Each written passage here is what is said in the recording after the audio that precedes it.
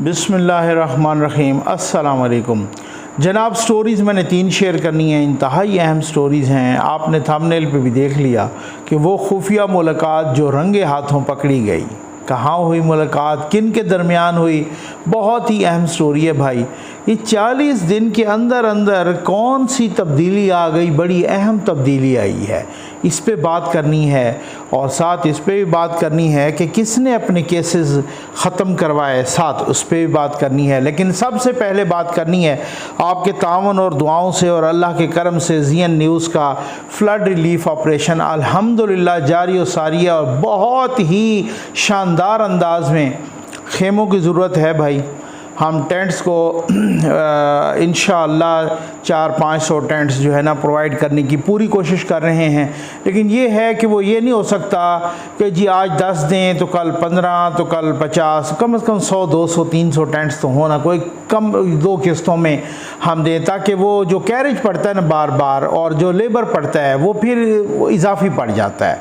तो ये प्लीज़ जो है ना आप, और मेकनिज़म इसका यही है, मैं बार बार बता रहा हूँ कि व्हाट्सएप पे आप रब्ता करें।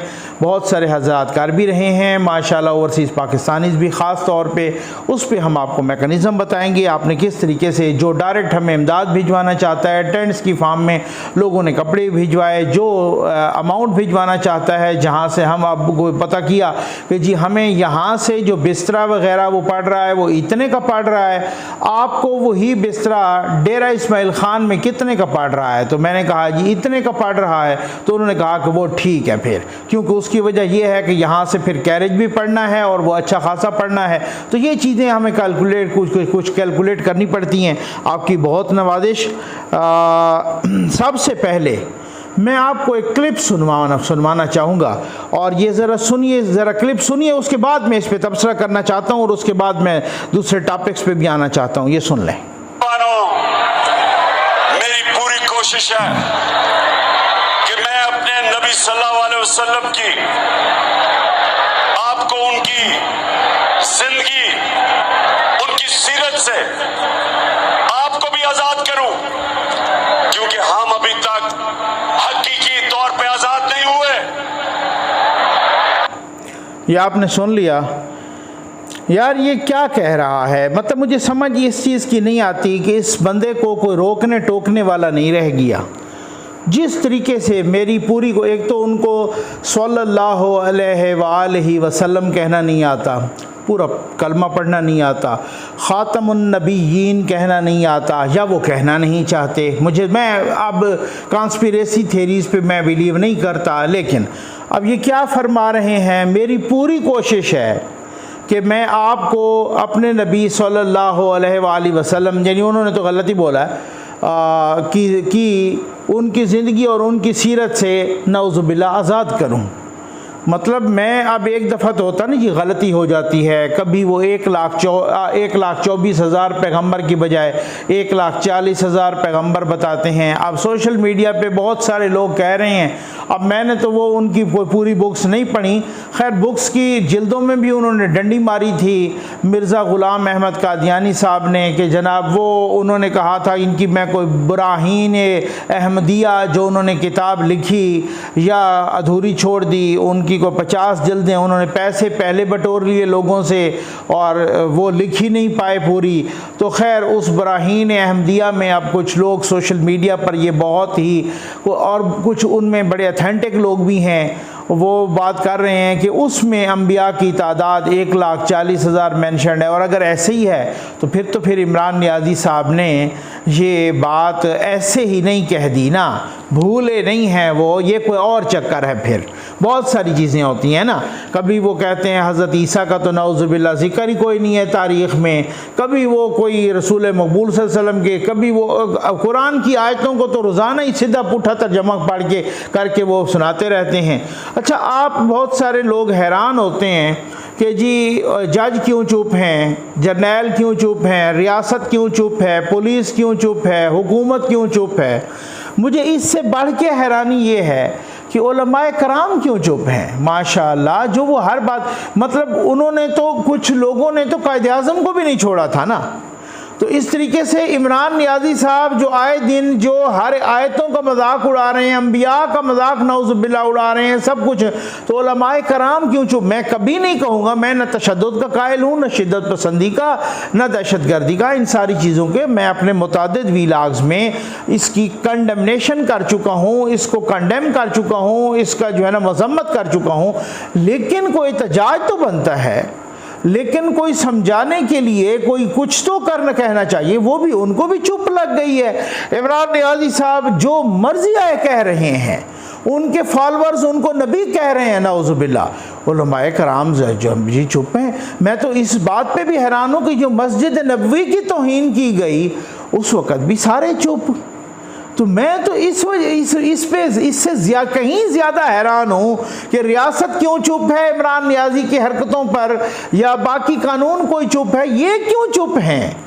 ये जो रिलीजियस स्कॉलर्स हमारे हैं, जो उलमाए कराम हैं, जो मुफ्तियान दीन हैं, जो मौलाना हजरात हैं, ये क्यों? अब मौलाना फजल रहमान साहब को कहते हैं तो हम उनको तो कह देते हैं जनाब वो तो सियासी हैं, वो तो अपना शायद जो है ना वो सियासी बात कर रहे हैं, वो इसमें सियासत को ले आए हैं, उनको तो हम ये करके उनकी बात को इग्नोर कर देते हैं।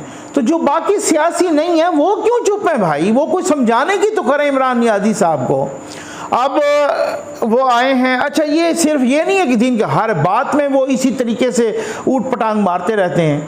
वो जब आए तो उन्होंने आते ही कहा कि ये जब उनकी हुकूमत तहरीक अदम एतमाद के नतीजे में ख़त्म हुई तो इमरान नियाज़ी साहब ने कहा कि देखो मेरी हुकूमत को इसलिए ख़त्म किया गया कि ये शहबाज शरीफ के केस ख़त्म करेंगे, ये जरदारी साहब के केस ख़त्म करेंगे, ये मौलाना के या उनके बंदों के केस ख़त्म करेंगे, या फ़लाँ के हमजा शहबाज के केस ख़त्म होंगे, नवाज़ शरीफ के केस ख़त्म होंगे, ये नैब के केस ख़त्म होंगे, ये सारे चोर हैं, इनको मैं लटकाने लगा था तो ये अपने केस ख़त्म करेंगे।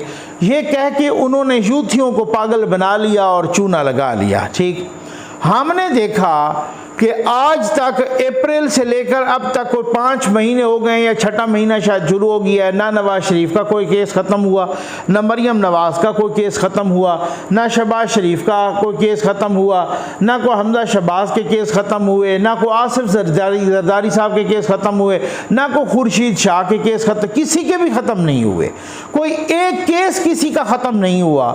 लेकिन हमने ये देखा कि फरागोगी के केसेस वो धड़ाधड़ ख़त्म हो रहे हैं, वो एंटी करप्शन के लोगों को भी तब्दील किया जा रहा है। और जनाब वो फरागोगी जो कि सारे पैसे लेके मलिक रियाज साहब के जहाज़ पर फ़रार हो गई वहाँ दुबई, उनके सारे केसेस अभी पहले भी एक दफ़ा ऐसा हुआ, उनको क्लीन चिट दिया। अब 2 दिन पहले भी एंटी करप्शन ने फरागोगी को क्लीन चिट दे दिया। मैं हैरान हूँ वो इमरान नियाज़ी साहब कि जो जलसों में खड़े होकर यूथियों को ये चूना लगा रहे हैं कि ये इसलिए आए कि अपने केसेस ख़त्म कराएंगे, लेकिन वो केसेस ख़त्म हो रहे हैं फरागोगी के। क्लीन चिट मिल रही है फरागोगी को, पिंकी पीरनी को, इनको क्लीन चिट मिल रही है। अब वो कोई कुछ भी नहीं कर सकता, न खावर मानिका का न इब्राहिम मानिका का।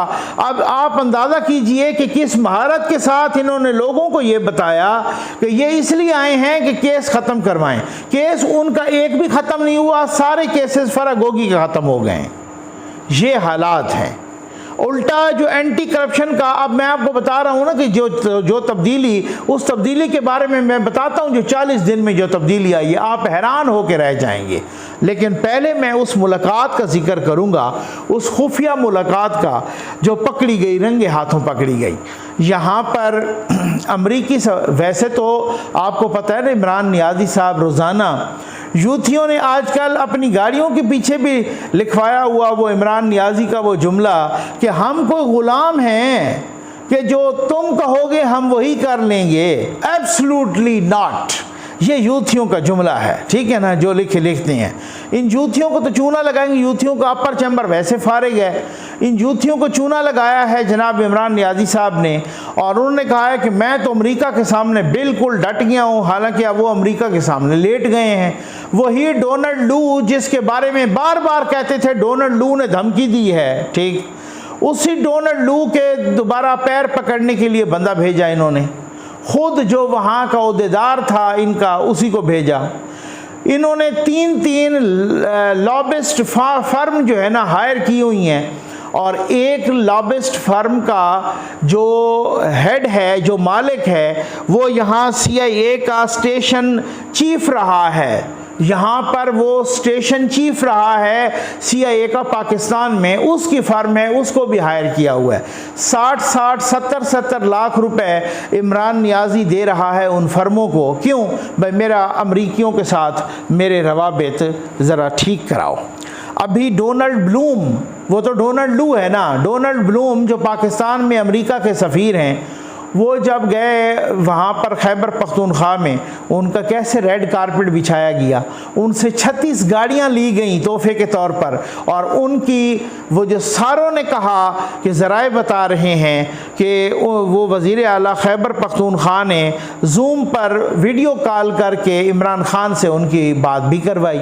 अच्छा, अब उसके बाद अब ये जो खुफिया मुलाकात की जिसकी मैं बात कर रहा हूँ, ये अब ज़राए बता रहे हैं कि ये खुफिया मुलाकात हुई है जनाब तहरीक इंसाफ के एक अहम रहनुमा की। कहाँ पर? अमरीकी सफारत खाने में। और ये मुलाकात तकरीबन 3 घंटे से भी ज़्यादा जारी रही है। अब 3 घंटे से ज़्यादा जारी रहने वाली मुलाकात में वो अमरीकी अंग्रेज़ी का कोई एक्सेंट सीखने तो वहाँ गए नहीं थे, जब वहाँ पे वो सिर्फ़ और सिर्फ कुछ दाल चावल चने का भाव बताने तो गए नहीं थे। उन्होंने जनाब ज़राए बता रहे हैं कि मिन्नत तरले किए भाई, ये सियासत में ऐसे नारे शारे लगाए जाते हैं, हम यूथियों को वैसे पागल बनाते रहते हैं, यूथी वैसे भी अकल से फारिग हैं और वो वैसे ही पागल बन जाते हैं, लेकिन आपने नाराज़ नहीं होना, हम आपके गिटे गोडे पकड़ते हैं, जो आप कहेंगे हम वही करेंगे। ये सारा कुछ इमरान खान की बातों का आपने बुरा नहीं मनाना। और ज़राए कह रहे हैं कि वो कौन थे साहब? वो कोई और नहीं, वो फवाद चौधरी साहब थे।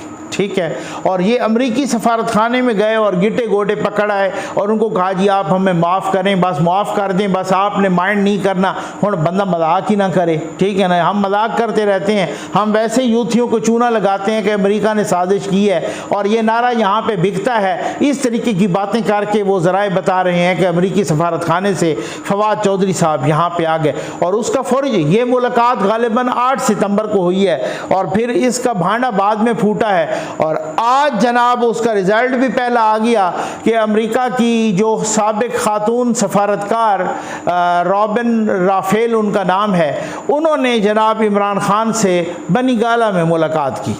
इससे पहले भी कुछ अमरीकी ओहदेदारों ने मुलाकात की और वो साउथ एशिया के हवाले से भी उनके पास माजी करीब में कोई बहुत ही अहम ओहदा था। और ज़ाहिर है जो ऐसे सफारतकार होते हैं वो साथ साथ इन टच होते हैं वहाँ पर अपने सफारत खानों के साथ भी, वहाँ पे अपनी वजारत ख़ारजा के साथ भी। तो आज उनका यहाँ पर ये बनी गाला में मुलाकात हुई है। चंद ही रोज़ गुजरे हैं, एक तरफ आप अमरीका से इतने मरे जा रहे हैं ताल्लुकात कायम करने के लिए और दूसरी तरफ आपने यूथियों को चूना लगाया हुआ है कि जी मैं तो बस मैंने अमेरिका के सामने ऐसे ही डट के और मैंने कहा है कि हम कोई ग़ुलाम हैं। ठीक है, आप इस तरीके की ऐसी मुनाफ़कत आपने कहीं देखी है? अब आ जाएं उस स्टोरी पर कि मैंने क्या कहा कि सिर्फ 40 दिनों में इतनी बड़ी तब्दीली आ गई। भाई वो 40 दिनों में यही तब्दीली आई है कि वो राय मंजूर साहब जो कि एंटी करप्शन के चेयरमैन हैं, एंटी करप्शन के हेड हैं, उनको लगाया था खुद अभी 40 रोज़ पहले और हमने कहा कि 40 रोज़ के अंदर अंदर उसको तब्दील भी कर दिया पंजाब हुकूमत में। और मुसद्दिक अब्बासी साहब जो कि वहाँ पर मुसद्दिक अब्बासी साहब गालिबन वही हैं जिनको पहले नैब में भी लगाया गया था इमरान खान के ज़माने में। तो जनाब वहाँ पे पंजाब में भी वो उनको इसी तरीके से एंटी करप्शन से रिलेटेड चीज़ों के बारे में उन्होंने उनको सिफारिश करके कि जी इसी को लगाना है और उसको लगाने के बाद उनको प्रेशराइज़ करने लगे, उन पर दबाव डालने लगे। किस लिए? कि आप राना सनाउल्लाह की अहलिया को गिरफ़्तार करो। अब आप अंदाज़ा तो करें, आप ख्वाजा आसिफ के बेटे और उनकी अहलिया को गिरफ़्तार करो और अल्लाह लानत करे ऐसी सोच पर कि आप जावेद लतीफ़ की माँ को गिरफ़्तार करो, मियाँ जावेद लतीफ़ की वालदा को। अब तो सारा भांडा फूट गया है ना, मियाँ जावेद लतीफ़ की वालदा को आप गिरफ़्तार करो। उसने सॉरी कर दिया, उसने कहा जी नहीं ऐसा नहीं हो सकता, ये इससे। अब वालदा मियाँ जावेद लतीफ़ की आप एज देख लें और फिर वालदा उनकी मुअम्मर खातून हैं आप उनको कह रहे हैं कि एंटी करप्शन के इनको गिरफ्तार करें। ये अभी तक कोई कुछ भी नहीं सीख रहे, उन्होंने इनकार कर दिया। अभी कुछ अर्सा पहले ये परवेज़ इलाही साहब का फड्डा आईजी के साथ चल रहा था कि जी आप यहाँ ये लोग आपने लगाने, उन्होंने कहा मैं ऐसा नहीं लगाऊंगा, मेरिट पे लगाऊंगा। आप 18वें ग्रेड वाले को वहाँ लगवाना चाहते हैं जहाँ पर वो 19 या 20 ग्रेड का बंदा बैठा होता है। वो एक बंदा पकड़ा गया, गालिबन वो सरगोदा का डीपीओ था, और वो बंदा था मुबैना तौर पे खावर मानिका और इब्राहिम मानिका का, और उनका बंदा था, और वो ज़ाहिर है वो 18वें ग्रेड का था पुलिस का। उन्होंने उसको आईजी को पता चला और उसने रिश्वत और करप्शन की, मुबैना करप्शन, तो आईजी ने, उस वक़्त के आईजी ने उसको सस्पेंड कर दिया। अब उसके बाद जब इमरान नियाज़ी साहब लाहौर गए तो आईजी को बुला के कहते हैं, आईजी भी उसी मीटिंग में थे, ज़ाहिर है जब उस वक्त वो वज़ीर आज़म थे, तो आईजी को बुला के कहते हैं कि जी उस बंदे को आप जो है ना फैसलाबाद लगा दें। उन्होंने कहा जी उस बंदे को तो हमने करप्शन पे सस्पेंड किया है और उसकी तो इंक्वायरी चल रही है। तो उन्होंने कहा खैर कोई मसला नहीं, आप उनको फैसलाबाद लगा। उन्होंने कहा जी आपको पता है कि फैसलाबाद जो होता है ना वो डीपीओ नहीं होता, वो आरपीओ होता है, और आरपीओ आपको पता है कि वो 19वें ग्रेड में होता है, 19वें या बाज़-औक़ात कहीं पे 20वें ग्रेड में भी होता होगा। ठीक है, तो अब वो आप कह रहे हैं कि जो 18वें में हमने उनको इस हिसाब से इस वजह से सस्पेंड किया है कि वो करप्शन कर रहा था और उसकी इंक्वायरी चल रही है, आप कह रहे हैं उसको वहाँ, चूँकि वो पिंकी पीरनी का बंदा था, इस वजह से उनको जनाब उन्होंने आईजी ने ना कर दिया कि जी मैंने उनको नहीं लगाना, क्योंकि जो बंदा ऑलरेडी सस्पेंडेड है और करप्शन के इल्ज़ाम पे सस्पेंडेड है, आप उनको कह रहे हो कि हम उनको इनाम दे दें कि जो 19 ग्रेड की पोस्ट है उधर लगा दें। ये वो लोग हैं, ये यूथियों को कुछ बताते हैं, अंदर से कुछ और होते हैं। अभी कुछ अर्सा पहले जो है ना, यही मैंने आपको बताया कि परवेज़ इलाही साहब और आईजी पंजाब में अभी फड्डा चल रहा था। अभी को कहते हैं कि कुछ न कुछ को इधर उधर के लोग बीच में पड़े हैं, वो को हल हो गया। वो ये इन्होंने सिफारिशें करनी शुरू कर जी, आपने फलां ज़िले में ये लोग एसपी लगाने हैं, ये लोग। उसने कहा जी मैं ऐसा नहीं करूंगा, मैं मेरिट पे लगाऊंगा। अब हालत वही है कि अगर कोई मियां जावेद लतीफ़ की वालदा को गिरफ्तार न करे, ख्वाजा साद रफ़ीक की अहलिया और बेटे को गिरफ्तार न करे, राना सनाउल्लाह की अहलिया को गिरफ्तार न करे, एंटी करप्शन का 40 दिन के अंदर उसका ट्रांसफ़र करा दिया, उसको ख़त्म कर। इसका मतलब यह है कि सिर्फ इसी पर्पज़ के लिए लाया गया था कि अगर ये करता है तो ठीक है, नहीं करता तो जाओ। एंटी करप्शन का ये काम रह गया है। ये इंतकामी कार्रवाइयाँ अभी तक इनकी जारी हैं, एक का इधर से कोई केस ख़त्म नहीं हुआ। परवेज़ इलाही की गवर्नमेंट वैसे भी आखिरी किनारे पे है, वो ख़त्म होने को है। आप देख लीजिएगा, ये बहुत जल्द इसका फैसला हो जाएगा और वो खैर से ख़त्म होने जा रही है। लेकिन इनकी आदतें ठीक नहीं हुई, इनकी आदतें कुछ भी ठीक नहीं हुई। ये हालात हैं। और यहाँ पर इमरान नियाज़ी साहब को हालत ये है कि अदालत अपनी उनको एक्सटेंड कर रही है बेल। उनको कहते हैं हाई कोर्ट ने कहा है इमरान नियाज़ी साहब आप जाके शामिल तफ्तीश हों। आधे दर्जन से ज़्यादा केसेस में, उन पर वैसे को दर्जनों केसेस अब रजिस्टर हो चुके हैं, आधे दर्जन से ज़्यादा केसेस में, क्रिमिनल केसेस में इमरान नियाज़ी ने बेल करवाई है, बेल बिफोर अरेस्ट। बेल करवा ली, लेकिन बेल बिफोर अरेस्ट तो सारे वकला को पता है, पुलिस को पता है, मेरे तमाम व्यूवर्स को पता है। बेल बिफोर अरेस्ट ये होती है कि आप शामिल तफ्तीश होंगे जाके थाने पर। वो एक JIT बनी है, उस JIT के सामने इमरान नियाज़ी साहब वो पेश ही नहीं होना चाहते। इमरान नियाज़ी, तीसरा नोटिस आ रहा है पुलिस की JIT का कि जी आपने पेश होना है यहाँ पे, वो पेश नहीं हो रहे। ये चौधरी निसार साहब कह चुके हैं अपनी एक प्रेस कॉन्फ्रेंस में गालिबन या इंटरव्यू में, वो कह चुके हैं कि मियां नवाज शरीफ साहब को मैंने कहा था आप JIT में पेश ना हो, लेकिन उसके बावजूद भी वो JIT में पेश हुए। वो पेश हुए, उनकी बेटी पेश हुई, उनके बेटे पेश हुए उस JIT में, और उस JIT में इस तरह से तस्वीरें उनकी फैलाई गईं। लेकिन उसके बावजूद भी नवाज शरीफ साहब JIT में पेश हुए। वज़ीर आज़म होते हुए इस तरीके से कानून और आइन का एहतराम किया, अदरवाइज़ वो चाहते तो वो JIT में पेश ना होते। लेकिन अब ये क्रिमिनल केस है, उस केस में ही आपको ज़मानत मिली हुई है, और ज़मानत इसी बुनियाद पे मिलती होती है कि आप शामिल तफ्तीश होंगे, आप पुलिस को जाके इंटरव्यू देंगे, आप पुलिस को जाके वो आपसे इन्वेस्टिगेशन करेगी। लेकिन आप टास से बास नहीं हो रहे। आप देखते हैं कि जो अगली पेशी आती है, पुलिस तो चालान उसमें जमा कराएगी, पुलिस तो अपनी रिपोर्ट जमा कराएगी और कहेगी कि जी ये तो शामिल तफ्तीश नहीं हुए। अब जज साहब इनकी ज़मानत कैंसिल करते हैं या नहीं करते, अब ये देखा जाएगा। हालात यहाँ तक हैं और दूसरी तरफ आप वो मुअम्मर ख़वातीन दूसरों की माओं को गिरफ़्तार करने के दर पे हैं। उम्मीद है आपको वीडियो पसंद आई होगी। आपका बहुत बहुत शुक्रिया।